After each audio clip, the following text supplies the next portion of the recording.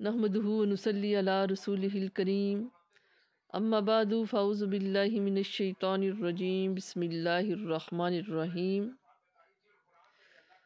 اللہ تعالیٰ قرآن مجید فرقان حمید میں ارشاد فرماتا ہے، اتقوا فراست المؤمن فإنہ ینظر بنور اللہ۔ مومن کی فراست سے ڈرو، اس لیے کہ مومن اللہ کے نور سے دیکھتا ہے۔ رسول محترم صلی اللہ علیہ وسلم نے لفظ فراست فرمایا، جس کا معنی ہے ظاہری نظر سے باطن کو دیکھنا۔ دوسرے لفظوں میں یوں کہیے، سر کی آنکھوں سے چھپی ہوئی چیز کا دیکھنا۔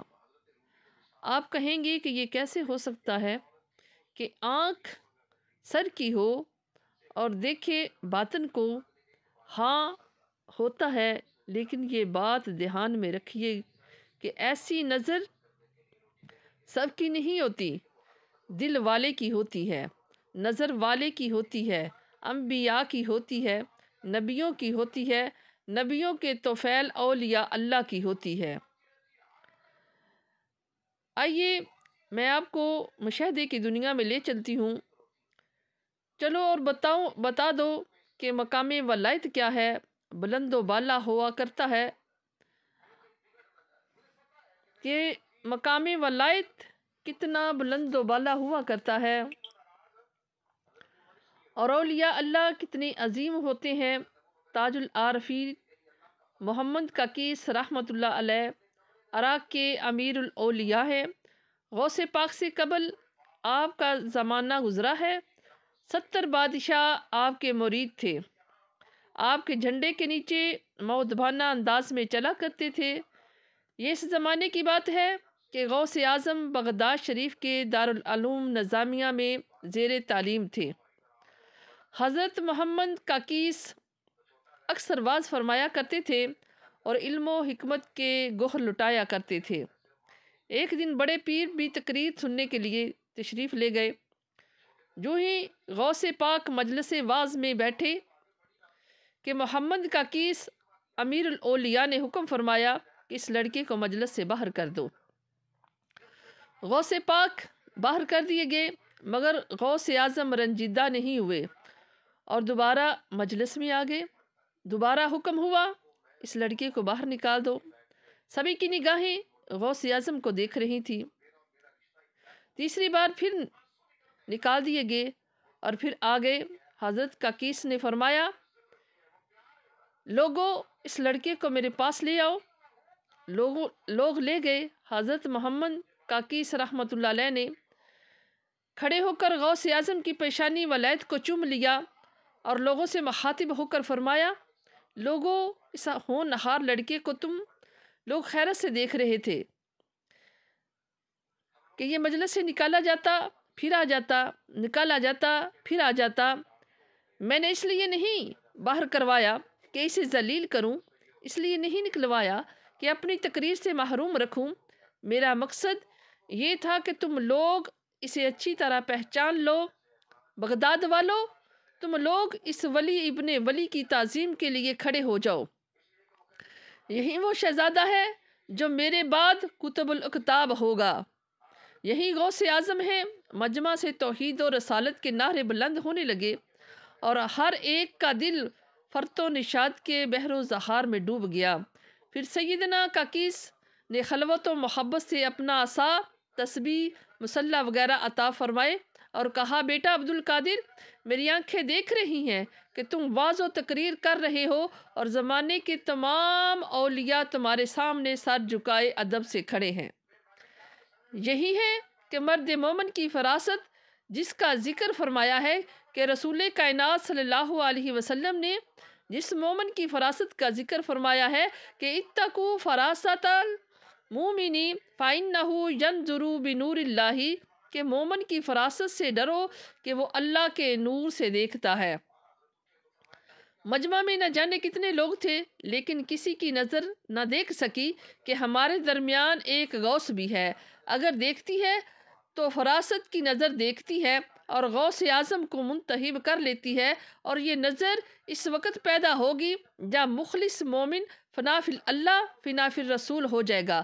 اگر آپ فراست والے ہیں، پوچھنے کی تاب و طاقت ہے، تو حضرت محمد کا کیس رضی اللہ تعالیٰ عنہ سے پوچھئے، اے اللہ کے مقدس ولی، آپ کو غوث پاک کی پہچان کرانا تھا تو کوئی اور طریقہ اختیار کرتے، یہ آپ نے کیا کیا کہ ہونے والے غوث اعظم کو مجلس سے نکلواتے رہے اور غوث بار بار آتے رہے؟ تو جواب ملے گا کہ جب میں یہ کام انجام دے رہا تھا، اس وقت دو کام ہو رہے تھے، غوث کی پہچان ہو رہی تھی اور صبر و تحمل کا امتحان ہو رہا تھا کہ ہونے والے غوث میں صبر کتنا ہے، تحمل کا معیار کتنا بلند ہے۔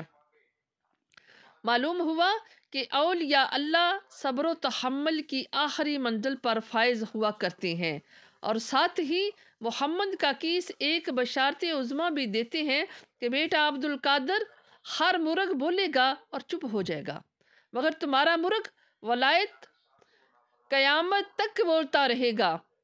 مرغ سب کے بولتے ہیں، بول کے چپ رہتے ہیں، لیکن عبد القادر جیلانی قیامت تک آپ کی ولایت قائم رہے گی۔ تو میری بہنوں دیکھو، اللہ تعالیٰ نے ولی کی نگاہ میں کتنی تاثیر رکھی ہے کہ نگاہ ولی میں وہ تاثیر دیکھی بدلتی ہزاروں کی تقدیر دیکھی۔ تے جیڑا اللہ دے ولیاں دے نل کردا اے سنگ، اس کچ تے وی آوے دا ہیرے دا رنگ، اس ہیرے دا پیندا نکوڑی وی ملے، جیڑا گر جاوے ٹوٹ کے کسے ہار وچوں۔ تو میری بہنوں، حضور غوث اعظم تو پیدائش ولی تھے، لیکن دیکھنے والوں نے دیکھا کہ آج میری مجلس میں کوئی غوث بیٹھا ہوا ہے، کوئی قطب بیٹھا ہوا ہے، تو اللہ کے ولی کی نگاہ میں وہ تاثیر ہوتی ہے کہ انسان کی بگڑی قسمت بن جاتی ہے۔ حضرت بہاؤالدین زکریا ملتانی رحمۃ اللہ علیہ، ایک عورت آپ کے پاس آتی ہے دعا کرانے کے لیے کہ حضور دعا کرے کہ میرے پاس بچے نہیں ہیں، اللہ تعالیٰ مجھے بچے دے۔ حضرت زکریا تھوڑی دیر کے لیے اپنی آنکھوں کو بند کیا اور لوح محفوظ کا مطالعہ کر لیا۔ اور تھوڑی دیر کے لیے اپنی آنکھوں کو بند کرتے ہیں، لوح محفوظ پہ دیکھتے ہیں، تو کیا کرتے ہیں؟ الٹی ہی چال چلتے ہیں دیوان گانے عشق، الٹی ہی چال چلتے ہیں دیوان گانے عشق، آنکھوں کو بند کرتے ہیں دیدار کے لیے۔ سر اٹھایا، فرمایا تیری قسمت میں کوئی اولاد نہیں۔ عورت مایوس ہو کر گھر کو لوٹ رہی تھی۔ راستے میں آپ کے پوتے شاہ رخ نے عالم بچوں کے ساتھ کھیل رہے تھے۔ بچپن کا زمانہ تھا، مگر دل عشق الہی سے معمور تھا۔ عورت کو روتے دیکھ کر فرمایا، کیوں روتی ہو؟